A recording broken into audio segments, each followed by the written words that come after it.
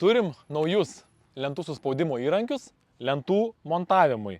Tai paprasta konstrukcija, tvirtas metalinis daiktas suspausti lentoms prieš montavimą. Tai yra dantukai, dantratis, va, yra vieno varianto 400 plotis, kito net 700 plotis.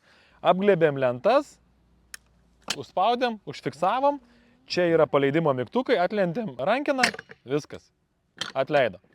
Kas dar yra svarbu su to įrankiu, kai kalbėjom su meistrais ir jį pristatinėjom, taip pat jie pažymėjo, kas fainiai, kad galim ne tik spausti ir traukti, bet galime ir stumti. Ir tai svarbu yra karkaso darbuose, stogo kai kur darbuose, kai yra nulinkę ir norim atstumti, tai tada tiesiog, ištraukiam, įkišam per kitą pusę, va, ir tada mes, va, čia užsikabinę kur nors, arba kaip nors kitaip stumėm.